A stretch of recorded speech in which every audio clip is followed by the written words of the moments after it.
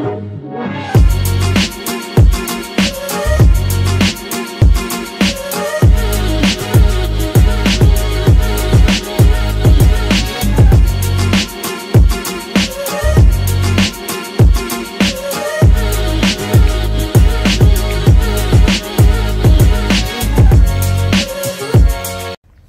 no, magandang umaga sa inyo mga buddy. Welcome to my YouTube channel. At sa ngayong araw mga buddy ay mayroon tayong magbibisita lang tayo dito sa paligid ng ating yung mga tinanim natin Tara, magkape muna tayo mga buddy.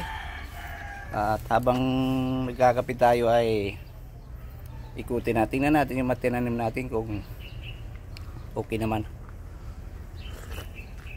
So ayun.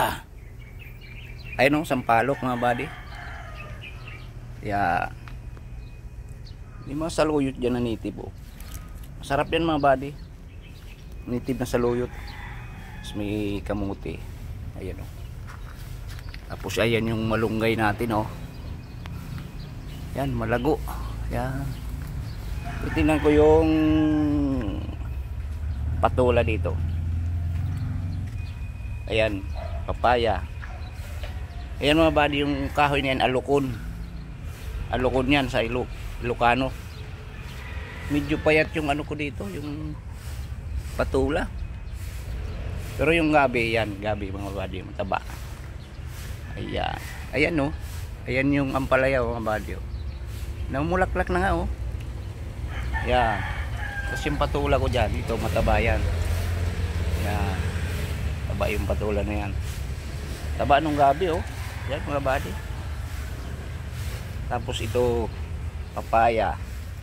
Tapos yung gabi uli. Ayan yung patulaw. Umapang na.